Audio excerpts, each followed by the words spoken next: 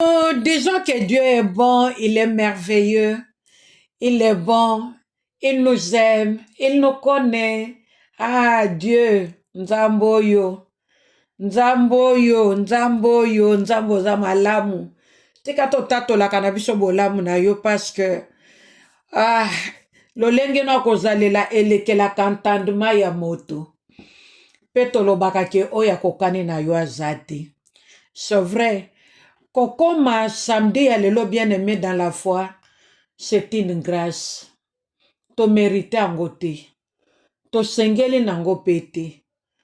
Mais mo konjipe mo keli na biso, yenda zui décision, yake accorde biso lisusu une opportunité lelo ya kokutana lisusu na émission na biso.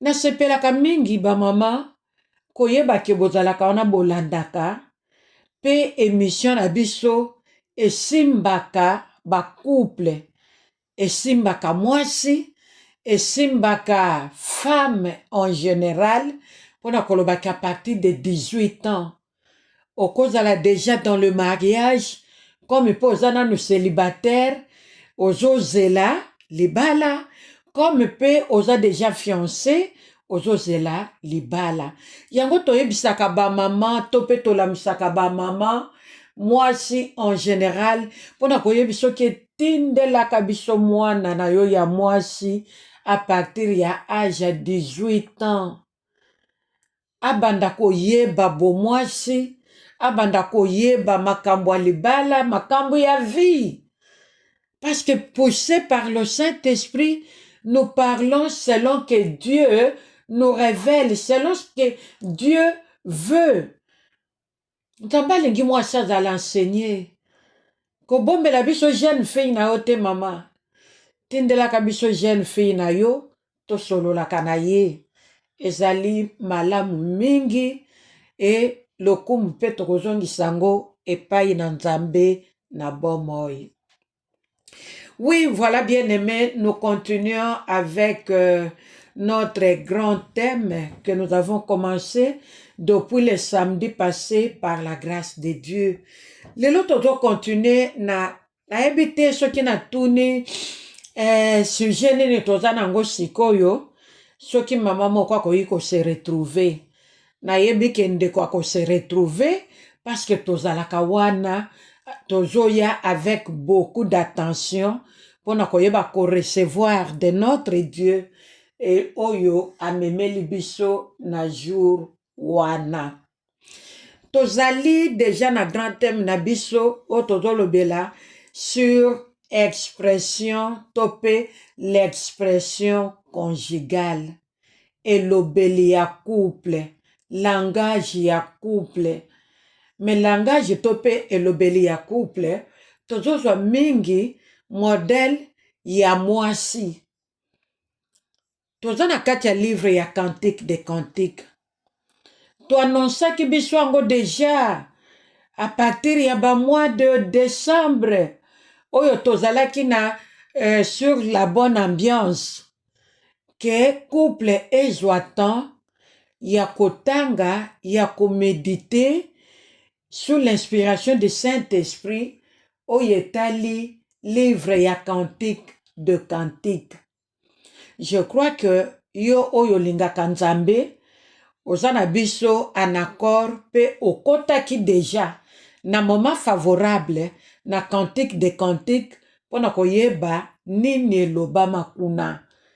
Nini Nzambe annonça na mwasi, nini Nzambe annonça na mobali, nini Nzambe annonça na couple pour que couple wana bazala heureux na lolenge totalaki la fois passée, la semaine passée nenge tomonaki Bible zotalisa biso que prédécesseur na biso notre père dans la foi chrétienne nous citons papa Abraham Bible lobi kakufaki à 175 ans topé 175 ans a vivaki une vie heureuse une vieillesse heureuse pe azalaki âgé et rassasié de jours. Ça veut dire que cet homme ne s'était pas égaré. Abimaki libanda ya maloba na Nzambe te. Ce qui Bible les autres témoignaient, papa na biso dans la foi, Abraham, kakufaki atondisamaki na mikolo. Ça veut dire que ye moko pe akokaki komona lokola Simeon. Ke ngai namona mwana Yesu Masiya ndenga nakufa. Nzambe pa amonisaki Yesu. Simeon amonaki Yesu. Ake na temple kaka na moment favorable. Oyo bayaki mpona kodedie Yesu Kristu na kati na temple. Simeon pa azalaki wana amoni Yesu. Ça veut dire que azalaki déjà rassasié des jours. Akomi kozela kaka amona Yesu Masiya na ngolu na Nzambe, pe Nzambe amonisi ye Yesu. Bebe baye kodedie na temple.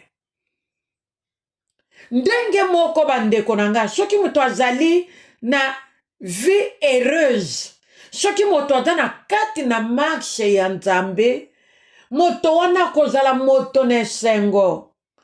Quel que soit son âge, akozala moto na esengo. Ya wana tomoni awa, tomonaki la fois passée, moi résumé mukie. La fois passée, tomonaki mwasi oyo tozolobela awa, Mama Shulamite. Nazo prononcer ngo malembe po to confondre te na Shulamite. Oyo azali Shulamite. Mama oyo, tomoni la fois passée, bazotalisa biso que mama oyo amonaka mobali na ye mwana moke parmi les jeunes garçons. Ndenge tolobaka ke papa oyo ataka na momesano ya kozalaka na masanga to pe na rencontre ya ba jeune garçon. Bolimbisi. Mama oyo pa zalaki ko compare mobali na ye na ba jeune garçon. Pona koloba ke alingaki mobali na ye, d'un amour que je ne pourrais pas exprimer. Lorsque une femme trouve toujours son mari jeune, quel que soit l'âge du mari, ça c'est une fierté, c'est une bénédiction. Lorsque le mari se sent aimé par sa femme, moi je suis un sentiment na ye vis-à-vis à mobile na ye te. À s'exprimer librement. À koloba oyetali mobile na ye en lui jetant des fleurs parce que c'est son homme. Yena mobile ne baza mutomoko. Soki mama alobeli mobile na yete, a complimenté mobile na yete, a boakeli mobile ne ba fleur te. Mama kozela pete ke na balabala, moto balabala ko apprécier mobile na yo na ko boakeli ba fleur. Que c'est un bel homme. Bakoye bisote que ton mari est toujours chic. Ce qui yo lo bakangoti. Bakotika la koye bisote que ton mari ne grandit pas, ne vieillit pas. Mutakoye bisela yo angote. Libanda bakotange lombula na ye.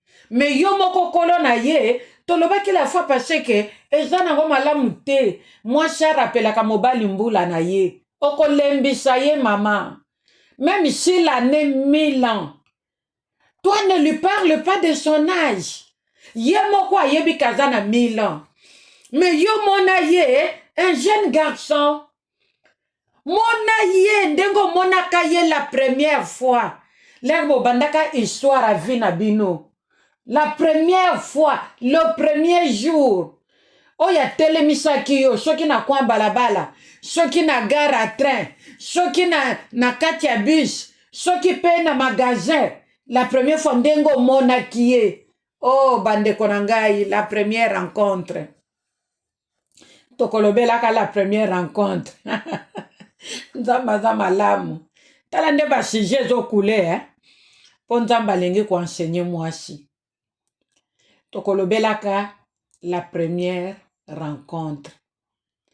Nakutanaka nakanaki nanga kolobango te, mais nazo lobango parce que naza devant micro, na minito naza instrument, je dois accepter tout ce que le Saint-Esprit donne comme révélation. nakutanaka na couple moko awa na ba pays occidentaux esika tozali na mikili ya poto nakutani na couple wana ndeko mwasi wana naza kosolola na ye nazo partager na ye. C'était déjà une femme dans le foyer. Azo yebisanga taki pe déjà maman à cette époque-là. Elle avait déjà des enfants, elle était déjà mère. Azo lo bananga lobi, ay, maman Marie-Rose, maman mon Christ. La première fois que j'avais rencontré mon mari, c'est la femme qui parlait. Ngana vandi nazo yoka. Abi, la première fois que j'avais rencontré mon mari, on n'était pas à deux. C'était dans une fête. J'étais invitée, lui aussi était invité. Un jeune garçon, moi aussi jeune fille, dans une fête. On était là, chacun de son coin. Mais à chaque fois que le garçon parlait, son mari à cette époque-là, mais avant le mariage, il a appelé.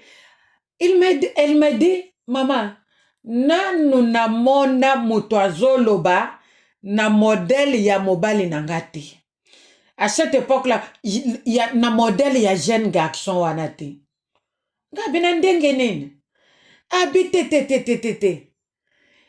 J'avais vu quelqu'un que je n'ai jamais vu dans ma vie. J'avais vu quelqu'un que je n'ai jamais rencontré sur mon chemin. Quelqu'un que je n'ai jamais entendu parler. J'étais là, je la regardais en face. Pas Zoloba, sérieux. Elle était sérieuse dans ce qu'elle disait. Alors, langage naye bité. Azo expliqué ngalobi langage naye koyoka lolengena ya koloba façon naye ya kozalela tango atelemi poto kende ko se servir lolengena ya kotambola lolengena ya kolata. Alobi dans cette fête là je n'avais vu qu'un seul jeune garçon, mon mari. Wana pe mobali nana s'approcher na yete po yebisa yeke azanani alinga s'approcher na ye non. Nzoka nde ezalaki pe likambo ya Nzambe ezalaki pe mokolo ya Nzambe oyo asepelaki ke bakutana na fete wana pour que histoire na bango ebanda. Mais ye na motema na ye komona kaka monaki asepelaki déjà. Bien aimé, c'est pour nous dire tout simplement que na ba vie na biso ata tosi tosali 1000 ans, 10 000 ans dans le mariage, n'oublions jamais la première rencontre. Première rencontre, ezali fondation, fondement, ya couple, ya libala. Ce qui totamboli selon fondation na biso. Mupepe koki koya, mbonge koki koya, ba problème koki ko surgir. Mais ce qui kaka mokwa kanisi, ce jour-là, ndenge nini bandaki, ndenge nini masolo bandaki, bande konanga, okoyoka bolingwe komato na motema. Oko se ressaisir. Tu n'auras pas l'occasion ya ko blesser moninga. Ezala mobali akozwa occasion ya ko blesser moninga te. Ya ko yokisa moninga pasi na injure, na kofiotola, na geste songolo. Oye pesi Nzambe lokumu te. Nous parlons de ces choses pour que Yeshua zala réellement au centre ya ba couple na biso. Ndeko mwasi na zoloba à cette époque la jeune fille. Alobi nanga mama, fête salemi nango pe fête. Ezalaka pe fête, ce qui anniversaire, ce qui mariage, je ne me rappelle plus. Mais il y a que ça les que avant fin, il y a fête, il y a soirée, le garçon, le jeune homme, oh il y a tiraki attention, il y a moi aussi, à s'approcher de la jeune fille à l'époque. pona koya koluka ko échanger téléphone. Moi sipe lokola na motema na ye. Asa tiraki attention na ye pa garçon ndenge makambo nzambe tozoloba nazolobela naka oyo nazoyebisa biso. Nazoza baka nyonso en général te. Pona koloba ke mama Rose alobaki soki mutapusa nina pese numéro de téléphone. Non, non. Je parle d'un cas précis que je connais bien. Oyo ndeko mwasi a partagé ki nangai. Alors, l'un de komobali a poussani avant fin ya soirée et la jeune fille, ils ont fait l'échange de téléphone. Basuki wana. Alors, et que bango, le garçon a eu tout son temps. Il n'était pas pressé d'appeler la jeune fille. Il avait mis tout son temps, mais je ne saurais pas dire combien de temps. Et la fille était là, dans sa marche chrétienne. Elle priait Dieu. Elle continuait sa vie avec le Seigneur. Et le garçon avait pris tout son temps. Au jour du Seigneur, le téléphone est sonné. Mobali abandine solo, comment ça va? Oui, ça va. Tout va bien? Oui, tout va bien. L'école, oui, ça va. Les cours, oui, ça va. Tout va bien. La famille, oui, ça va. Et contact banda kibongo. Jusqu'au jour où le garçon a yebisa mwana mwasi ce qu'il avait dans son cœur. Expression conjugale. C'est pour nous dire tout simplement que n'oublions jamais notre origine. To bandela ki wapi. Masolongo bandela ki ndengenini. Et kokoza la peine nzela ya moto mosusu. Moto a cheke bino. Bon, tozo tana biso ya prière. Bon, 8 ans ya prière. Et la suite et la fin, le maître lui-même vient au centre. Ya batumi balé. On a kobanda ko diriger bino. Avant que le garçon ou bien le monsieur se prononce dans la famille de la fille. L'expression conjugale. Mama obanda ndengenini na papa. Obanda ndengenini. Lelo tozozo a deuxième verset na biso. La fois passée, ceux qui n'a communiqué qui passage mobimbate, c'est un oubli, mais lelo na kolingana communiqué ango, poto kenango malembe. Tozali na kati ya livre ya Cantique des Cantiques. Na deuxième chapitre nango, tozui troisième verset, kino na sixième verset. Na dozongela pona yo mtokomaka. Livre ya Cantique des Cantiques, chapitre 2, troisième, kino na sixième verset. La semaine passée, tolobela ki verset 3. Lelo tozolobela verset 4. Verset 4, soki totangi na verset 4. Na ebike mama Kristu ataka mwana mayele. Tango tozo pesa boyazo koma, ye moko kozwa temps, atikali nango, a méditer, bavandi pena papa, ba méditer bango mibale. Pona bonheur conjugal na bango. Toyeba ko vivre une vieillesse heureuse, comme notre Père dans la foi, nous citons Abraham.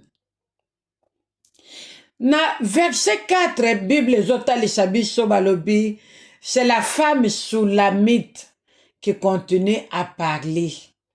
Alobi, il m'a fait entrer dans la maison du vin.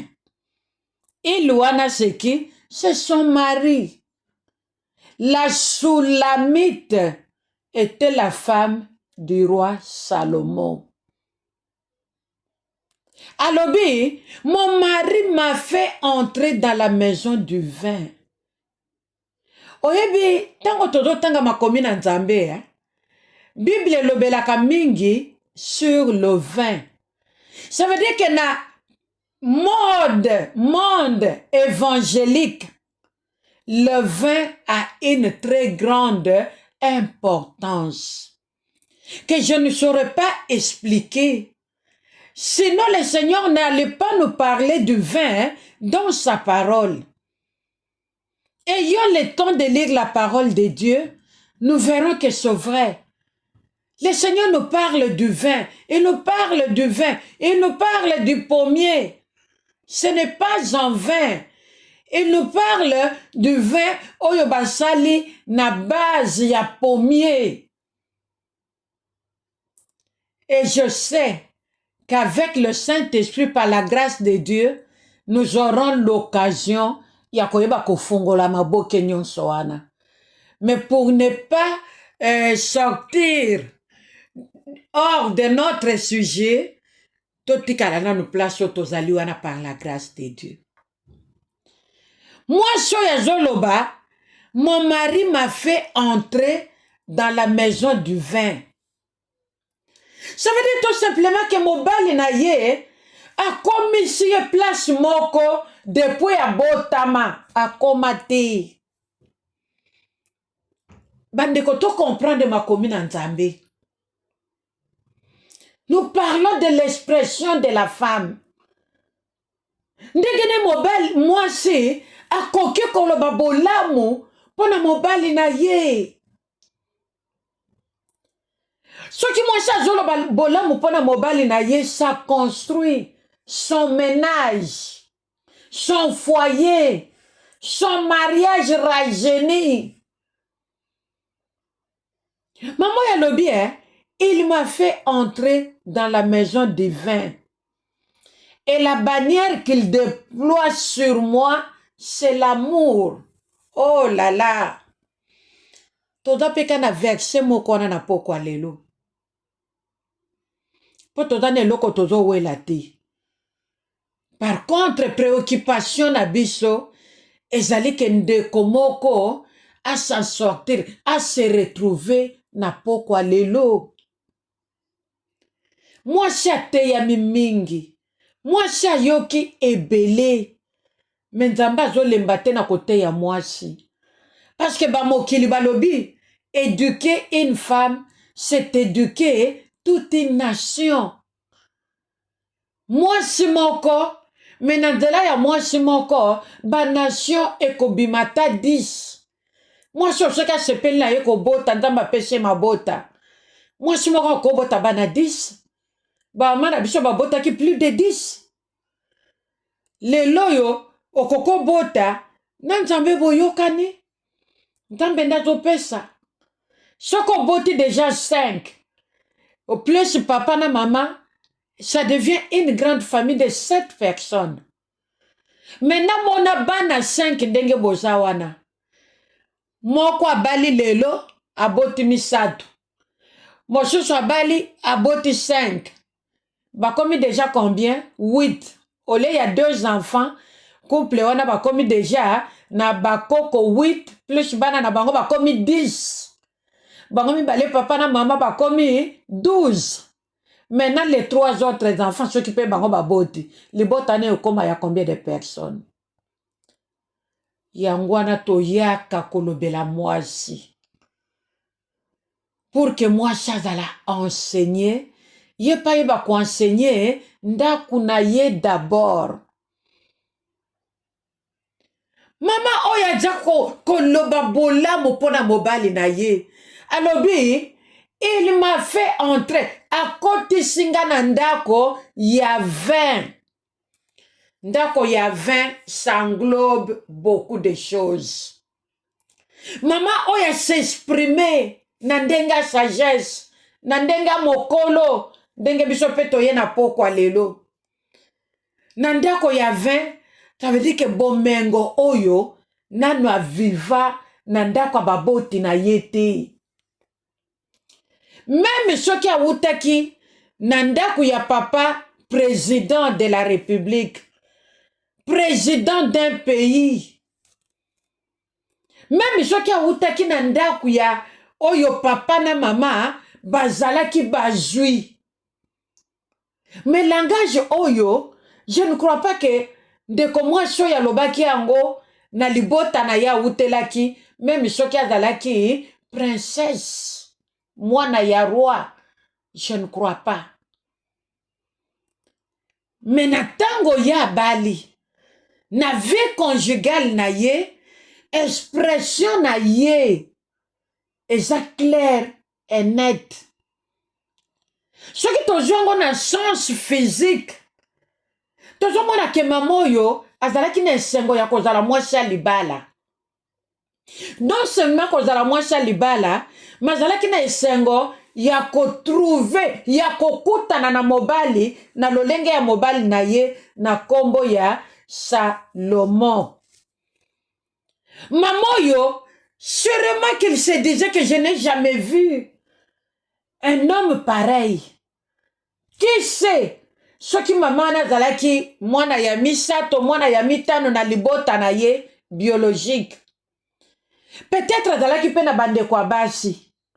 Oyo basi babalaki liboso na ye. Mais atikala komone loko moko ya modèle wana te. Nous essayons un peu de raisonner. Essayons un peu d'être en accord avec notre prédécesseur, sœur. Oyo lelo, tozo tanga kombo na ye na Biblia. Mokanda na Nzambe. Soki tozwi kaka phrase oyo na sens physique. Eza ko englober makambo ebele. Tokoki kolobela pe physique ya mobali na ye. Ke mama oya sepelaki na taille ya mobali na ye.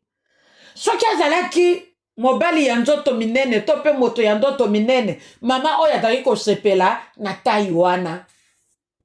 Soki azalaki na taille mannequin, mama oya sepelaki na taille ya mobali na ye. Soki azalaki papa ya mince mulayi, mama oya sepelaki na moke ya mobali na ye na mulayi na ye. S'il était de petite taille, munene, mama oya sepelaki na taille ya mobali na ye. S'il était de teint clair, sombre, tope mundele, s'occupe jamaïcain, s'occupe coréen, s'occupe européen, kaka ye muto ayebaki, mais ce qui compte, mama oya sepelaki na mobali na ye na ndenge nyonso. Apesaki mutu temps ya kokakola mobali na ye te. Alobi mobali oyo akotisi nga na kati na ndako ya vino. Soki totali ndako ya vino, ça veut dire que na ndako ya mama oyo azala pona ye, elle avait le nécessaire pour la vie. Pona ye azalaki na oyo esengelaki na ye pour que à se contenter, na mobali na ye ndenge Bible lobi, contentez-vous de ce que vous avez. Nzamba lobi, sepela na oyo sanango. Kokende ko sepela na oya voisine te. Ko sepela na oya mwana tata mwasi te, eza ya yo te, eza ya mwana tata mwasi. Ko sepela na oya grande sœur na yo petite sœur na yo te, eza ya grande sœur pe eza ya petite sœur. Lelo soki grande sœur alobi apesa yo, akokabela yo. Me ye moko akozwa na ndako a partir à mobali na ye, parce qu'elle est aussi chez elle. Même soki bandeko bazana célibataire, mais soki kenzamba pamboli bango déjà na vie. Batanga ki ba classe na bango bazwi misala bazana salaire. Bazo sala commerce na bango bazana bozwi na bango. Bakokabela yo parce que za ya moto. Moto akabeli yo. Même ceux qui appellent sur un 10 euros. Toi, tu avais besoin de 100. Il y a sur 10. Mais tout fait nombre, ma soeur. Remercie le Seigneur et remercie la personne qui a pensé à toi. Ah, on a pas toi baka mbongo te, hein? Ceux qui me tapent sur 10 euros. Eh, ma soeur, c'est pas là. Zonga nanda kuchama bolongo, c'est pas mbola ye. Zonga nanda kuchama bolongo na se. Bondela nzambe pona ye, nzamba pambole lisusu. Mama oya sepela ki na lolenge ya mobali na ye. Mama oya sepela ki na langage ya mobali na ye. Les goûts et les couleurs ne se discutent pas, dit-on.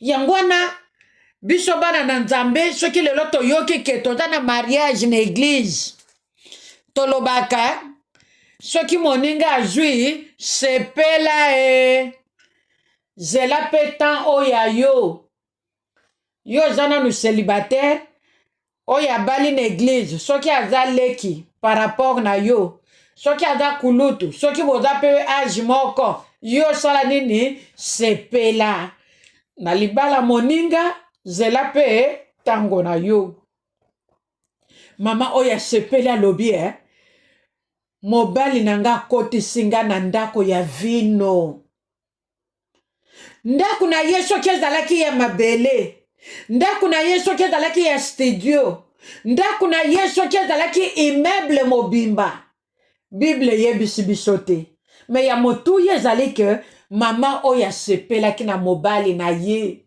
non seulement asepelaki na mobali na ye asepelaki na vie ya mobali na ye kozwa ya mobali na ye mama oyo asalaki yango problème te mama oyo aganye 10 euros 100 euros comme salaire mensuel mama oyo azalaki contente elle se réjouissait de son mari soki ezalaki bongo te bible elinga koyebisa biso yango te po bible ya nzambe asalaka ne mascarade te nzambe azoyebisa biso makambo oyo ya baprédécesseur na biso eza vérité nzambe alobaka te po asala biso plaisir non il nous parle des choses vraies oyo eleka na mokili oyo avanga na yo toya mama aza kosepela na mobali na ye mama oyo soki mobali nalati ata mwa eloko soki ya ndenge nini mama oyo ezalaki toujours pembeni mpona kosunga mobali na ye ndenge tolobaki la fois passée elle était toujours à côté soki mobali na ye azali mama oyo azalaki toujours pembeni ndenge tosalaki analyse ensemble la fois passée tolobaki que na mosala sûrement qu'elle restait à la maison mais chaque fois que son mari rentrait revenait du travail bible etalisaki biso ke mama oyo azalaki toujours pembeni na yo mutu tozalaki na biso la fois passée te tozalaki toujours na même livre ya cantique de cantique 2e chapitre nango la fois passée tozalaki na 3e verset pe lelo toza na 4e verset bible etalisaki biso ke mama azalaki toujours pene ya mobali na ye mpo na nini akutaki bonheur oyo ezalaki kozanga ye na ndako ya baparent parce que oyo tozovivre na kati ya ndako ya libala na bandako ya baparent na biso tokutana nango te baparent na biso bakokozala na bozwi koleka mibali oyo babali biso metilike likambo oyo ya bolingo likambo ya libala ya mwasi na mobali na mabota touteli moyen tovivre yango eza te mpo na kokozala mwasi ya papa na nga te même pas mwasi ya grand frère to petit frère na nga nakoki même pas kozala mwasi ya cousin na nga nakoki kozala mpe mwasi ya noko na nga te ni makango ya tata mwasi na nga jamais tokende na livre ya Lévitique tokomona kuna makambo nini nzambe azolobela biso nde oyo makambo mokili ezolinga kotalisa biso lelo meme na monde évangélique kintu vanda kintu di wana nde mobali na yo famille eseponela yo bakende koponela yo na papa oyo yo kobenga papa lelo oyo yo kende kobala ye nasi nayebisa bino na parcours nanga j'avais une amie na niveau de 3e des humanités ezalaki aso tobimi classe 2 fois moninga na nga na banda bavanda na kitambo soki bobimi classe omona toke na ye nzela moko na quartier na nga naza mwana ngiringiri omona kaka ote lelo nazokende na quartier na bino zelanga tokende ok tokozwa transport bien tolongo na ekole toye le misusu avant tokoma asali marché asombi biloko to kita zelanga to somba soki ta ezali na sungi moninga asombi biloko ote nazokende ko visiter koko na ngai. C'est comme ça qu'il appelait son mari de Kinchudila. Et le coco en question, à cette époque-là, azalaki jeune garçon. Et ma copine, disons mon amie de classe, oui, je ne peux pas dire ma copine, mon amie, c'était une connaissance de classe. Hein? Alors, okomona ye, asombi biloko, wana yebake mobali mukolo wana, koko na ye wana, azana ndako ake musala te tope, ye moko aye na double ya clé, akoti na lopango, afungoli ndaku, po azalaki locataire à cette époque-là. Afungoli ndaku lokola basimba yebaki ye, abandi kolamba, en attendant koko na ya uta musala ya. Libala ya Kinchudi. Moninga wana ya classe. Ezalaki ka mbula moko wana, oto kendaka na ye na 3e. Na 4e na mona ye te. Ti to silisa pe ti na zaboy. Na tikala komone même pas na nzela. Sûrement que kaka ninga zako kende wana. Peut-être akumbaka zemi.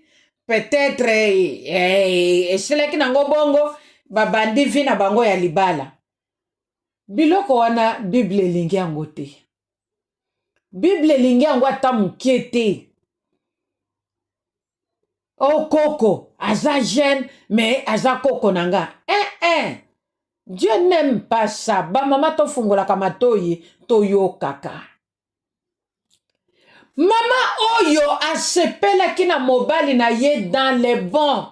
Et elle était sérieuse dans ce qu'elle disait. Expression conjugale. Tango mwasi azoloba na mobali, azoloba pona mobali na ye maloba ya boye. Moi, je suis sûre qu'elle ne parlait pas en secret. Même devant son mari, elle se sentait libre, il y a qu'à s'exprimer.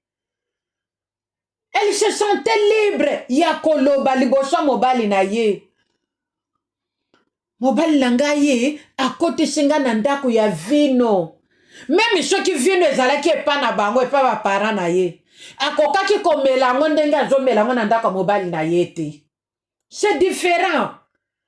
Et pas ba parents, il y a toujours une discipline.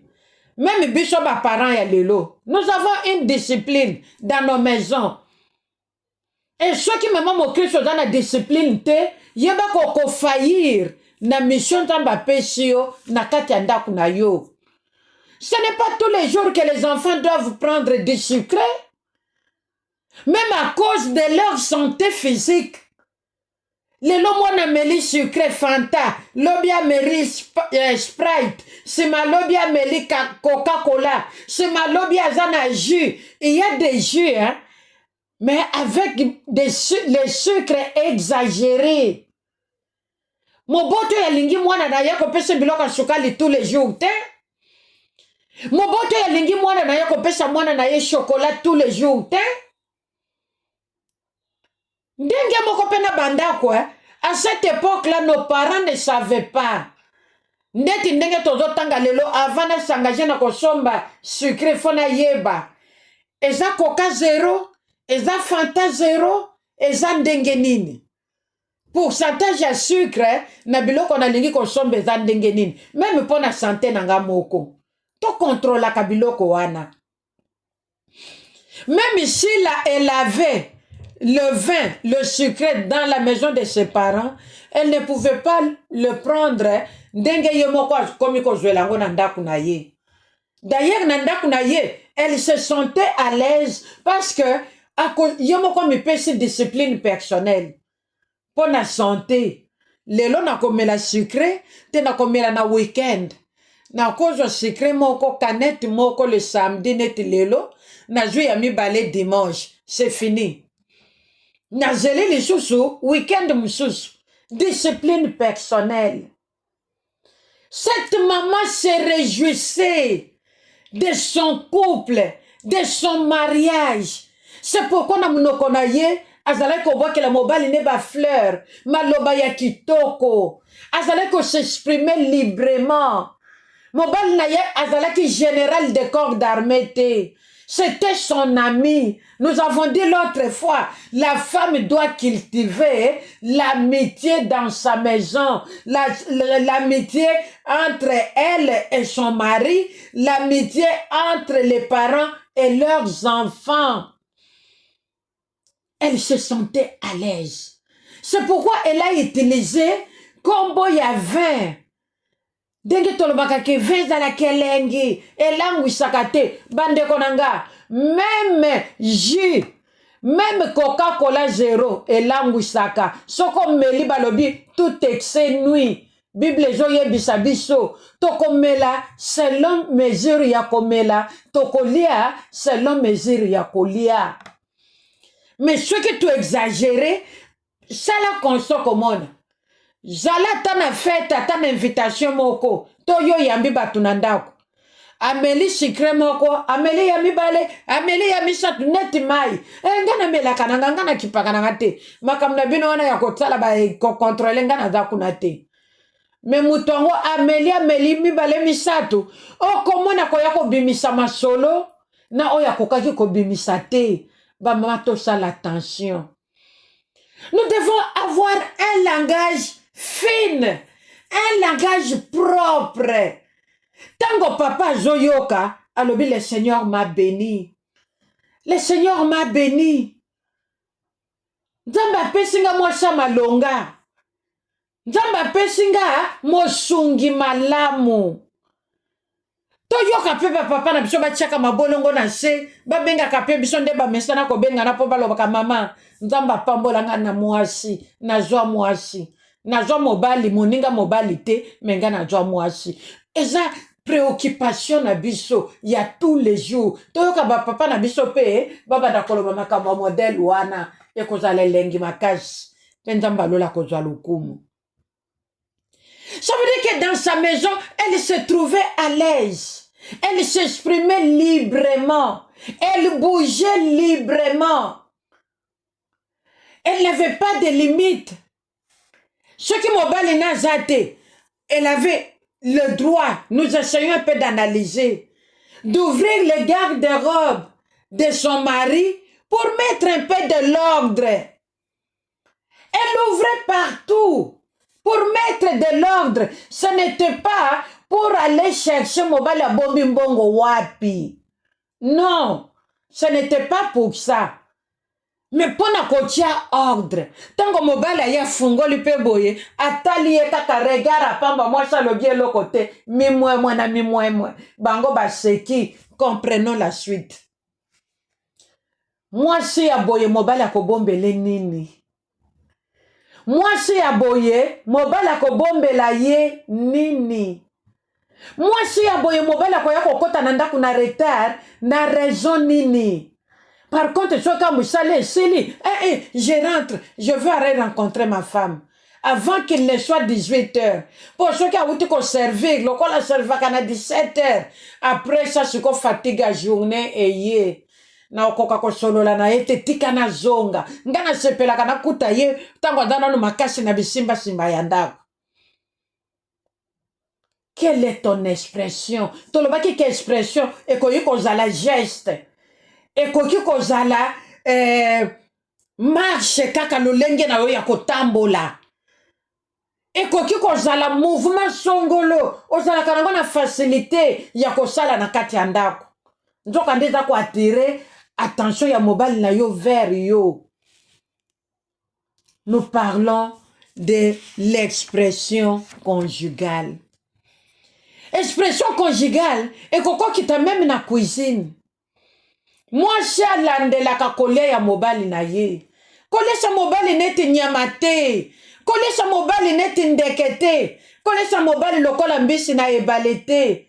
Mbisi balesa kena misopi boli mbisanga. Mbiso yo na kombo ya ngolo. Okomona batangi misopi bakia kotika. Ngola lia po ya munene ba ya ko bimise na kata mai. Bande korangai. Lesa mobali lokola mobali na yo.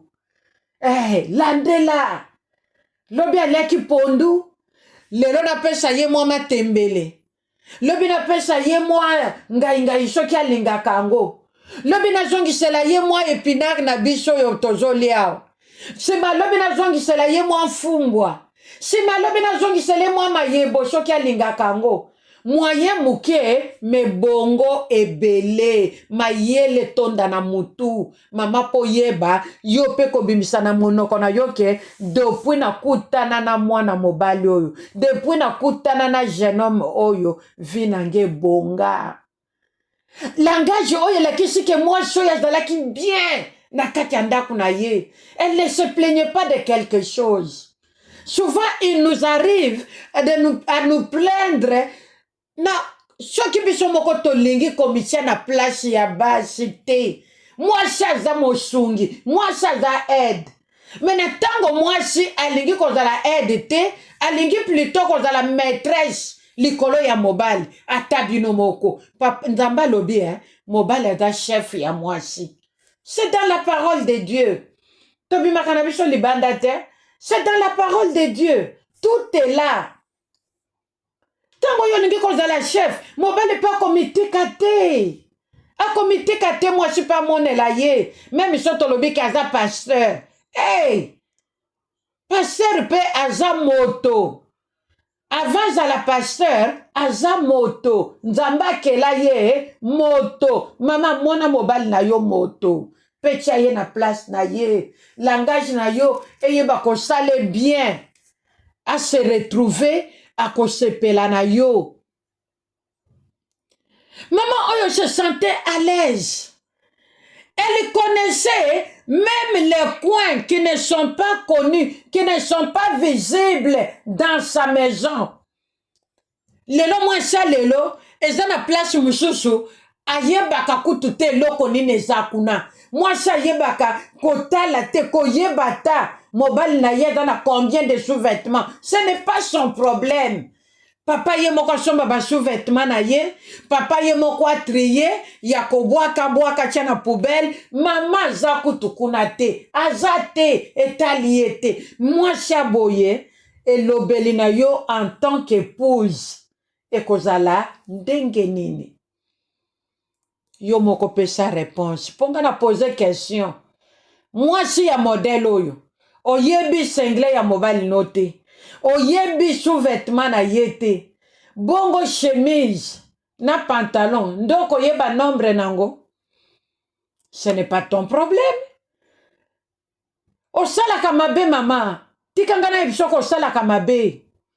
Nzamba lingi bongo te. Wene zaki makambu ya 2025. Maintenant nous sommes en 2026. Là où nous devons nous épanouir dans nos ménages. Bah regret il y a 2025 ici là. Nzamba lingi komona biso heureuse.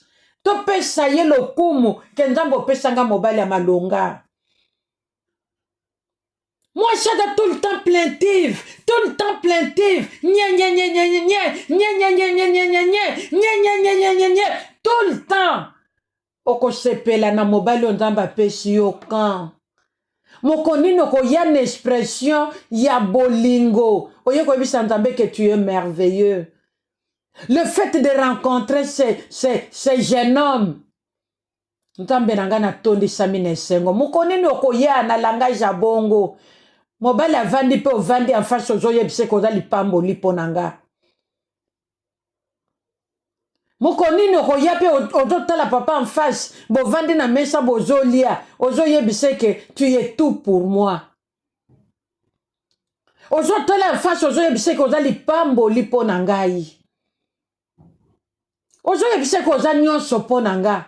Ozoye bise que sans yo na koka ko pema te, na koka ko vivre te. Langage conjugal. Sans yo nazoyoka pe manangeza naza étouffé. Tala biloko nzamba zozela na mwasi mo Kristu. Tala makambo nzamba zozela komona na mwasi ya lelo na 2026. Et verset na biso 4 ezo kene koshuka balobi et la bannière c'est toujours la femme qui parle et la bannière qu'il déploie sur moi c'est l'amour. Oh! Tango tozolo ba amour, moi soya côté ici, tozaba mikolo eba maman. C'est la parole de Dieu. L'amour to bandi na amour physique. Ce qui te côté une intimité, ça veut dire que moi soya sepelaka na mobali na ye na nyonso. Na tango bakutanaka na kokabola mbetu. Elle est satisfaite. Elle n'attend pas seulement que mobali aye la kaye expérience na ye. Mais elle participe aussi. Na kokabola mbetu. Elle participe aussi. Elle apporte aussi un plus. La connaissance poussée par le Saint-Esprit. Na tango ya baboti na biso ya bakoko na biso dans les temps anciens. Vraiment na biso batako betata masolo tozo yoka. Na l'air na bango. Soko okoko pusa na pena mobali te ke oyebise ke non lelo yo poza na besoin ya kokabola mbetu. Soko lobi yango mobali amono mwasi mabe bato bamono mwasi mabe mwasi andumba. O langage nino ke koloba liboso mobali. Sûrement que baboti ya ba mama na biso pe bazako benda bango matoye. A ozo kende kolobaka likambo wana te. Kolobaka te yo zelaka mobali ayaka. Mais nzambe zo yebisanga na 1 Corinthiens 7. Ke nzoto mobali nangeza yanga. Soki nzoto mobali nangeza yangai. Na tango nga na tana besoin ya nzoto nanga. Esengeli na loba. Expression conjugale. Na ke kolobango na mobali ya balabala te. Eza mabe soki na ke kolobango na mobali ya balabala. Na monika mibali batelemi, mibali ya baninga, même so baza ba camarade ya mibali nanga, ya mobali nanga. Je n'ai pas droit ya okinde koloba masolo modèle wana. Devant mes amis hommes, même devant mes amis femmes. Oh, vous savez, dans ma chambre. Non, je peux parler de ces choses-là. C'est la parole de Dieu. Pour que moi, Simoko, ait connaissance. Ça sera pour la gloire de Dieu. Tous à la cassage, ma maman. Je ne dis pas que tous à la cassage, non, je n'ai pas dit ça. Mais toi, il va contrôler le langage na biso. Oh, il y a le langage, ya bolingo, ya moi, sina mobile na ye. Et pour na yo jeune fille, pour na yo jeune garçon, nano comme une étape yote, ya kosangisa nzoto, na fiancé na yo ya moi sito ya mobile. Tu n'as pas le droit, ya koyeba ko aborder ba sujet ya boye. De peur que boko taboko ya nekobo. Parce que nzoto ezana sentiment nango. Tango na fiançailles, boko mikaka kolobela, oyezali intimité, kolobela intimité, kolobela intimité. Avant le temps, vous risquez de tomber dans l'impudicité. Vous risquez na kokoya nekobo. Eko sepelisa nzambe te, eko honore nzambe te. Pona ba jeunes gens, prenez tout votre temps. Bolanda mate ndenge zobi maboye, eko zala lipambo lipo na bino. Les jours J, vous aurez même les gens, oyo bakozala comme ba conseillers conjugaux, tout autour de vous, pour vous parler de ces choses. Pour vous enseigner ce que c'est l'intimité dans un couple, pour que votre expression conjugale est à la propre l'un à l'autre. Voilà pourquoi le Seigneur nous donne des thèmes pareils pour ne pas konfungola couple moko. Peut-être beaucoup tanaki bolingana, mais beaucoup tanana bino na banseignement te. Mais ndenge zoli maboye peut-être besoin qui ba difficulté. Boye bakate to bandela wapi to shuka wapi. Mais nanzela ya grâce oyo. Nzamba pesi biso na lisungi ya molimo santo na nzambe. Tozo yana maloba boye ona koyeba komema un plus dans un couple, dans un foyer. Dans la vie des jeunes gens qui se sont déjà prononcés fiancés. Bah, comme il peut-être dans un mois, peut-être dans une semaine, makambo boye sunga kamakasi. Yamona toyebisa kababoti, bo pesa biso bana à partir à 18 ans.